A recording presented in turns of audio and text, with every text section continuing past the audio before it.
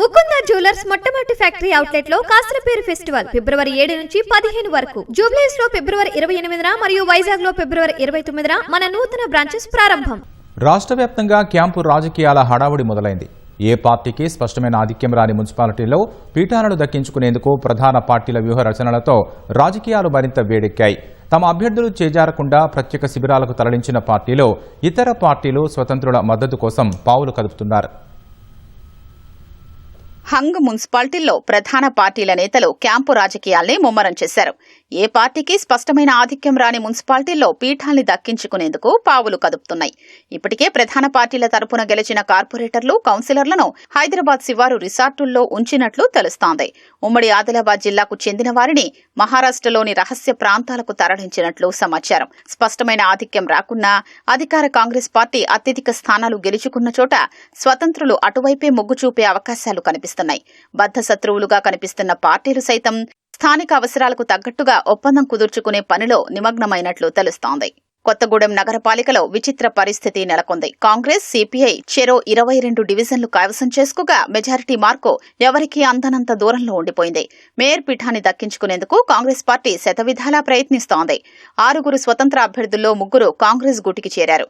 BRS నుంచి గెలిచిన 8 మందిలో మరో 3 కాంగ్రెస్ శిబిరంలోకి వెళ్లినట్లు తెలుస్తోంది. అయితే బీఆర్ఎస్ తమకే మద్దతిస్తుందని సిపిఐ ప్రకటించడంతో రాజకీయం మరింత వేడెక్కింది. కరీంనగర్ జిల్లా జమ్మికుంటలో బీఆర్ఎస్ కౌన్సిలర్గా గెలిచిన మందరాధను లెక్కింపు కేంద్రం నుంచి కాంగ్రెస్ ఎన్నికల శిబిరానికి ఆ పార్టీ శ్రేణులు కారులో తరలించేందుకు యత్నించగా బీఆర్ఎస్ నాయకులు అడ్డుకున్నారు.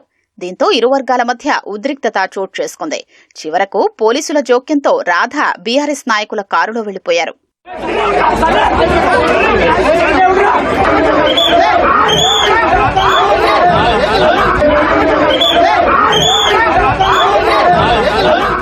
వర్ధన్నపేట చైర్మన్ ఎన్నికలో స్వతంత్ర అభ్యర్థిగా గెలిచిన శిబారాణి ఓటు కీలకం కావడంతో ఆమెను ఎమ్మెల్యే నాగరాజు కాంగ్రెస్ క్యాంపునకు తరలించారు. ఆమెను తమకు అప్పగించాలంటూ తండావాసులు జాతీయ రహదారిపై ధర్నాకు దిగడంతో భారీగా ట్రాఫిక్ జామ్ అయింది. పోలీసులు చేరుకుని చెదరగొట్టడంతో ఉద్రిక్తత చోటు చేసుకుంది. మంచిర్యాల జిల్లా బెల్లంపల్లి మున్సిపాలిటీ 34 వార్డుల్లో ఫలితాలు ఆసక్తికరంగా వచ్చాయి. కాంగ్రెస్, బీఆర్ఎస్ కు చెరో 14, స్వతంత్రులు 5 చోట్ల గెలవడంతో చైర్మన్ పదవి సందిగ్ధంలో పడింది. ఇప్పటికే గెలిచిన నేతల్ని కాంగ్రెస్, బీఆర్ఎస్ ప్రత్యేక శిబిరాలకు తరలించాయి. చైర్మన్ పదవి ఆశ చూపి స్వతంత్రులు మద్దతు కోసం ఇరు పార్టీలు తీవ్ర ప్రయత్నాలు చేస్తున్నాయి.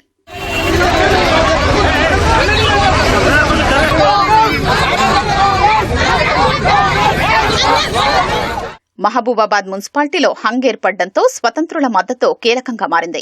మున్సిపాలిటీలో 5 స్వతంత్ర అభ్యర్థులు విజయం సాధించగా అందులో ఒకరు బీఆర్ఎస్ కు మద్దతు తెలిపారు.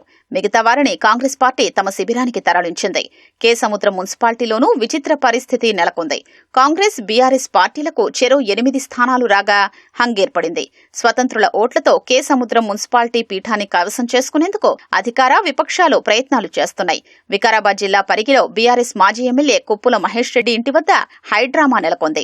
పరిగిలో స్వతంత్ర అభ్యర్థిగా గెలిచిన అక్కమ్మను మహేష్ రెడ్డి బీఆర్ఎస్ క్యాంపునకు తరలించారని ఆమె కుమారుడు పోలీసులకు ఫిర్యాదు చేశారు. దీంతో పోలీసులు మహేష్ రెడ్డి ఇంటికి చేరుకుని అక్కమ్మను అప్పగించాలని కోరడంతో ఉద్రిక్తత నెలకొంది.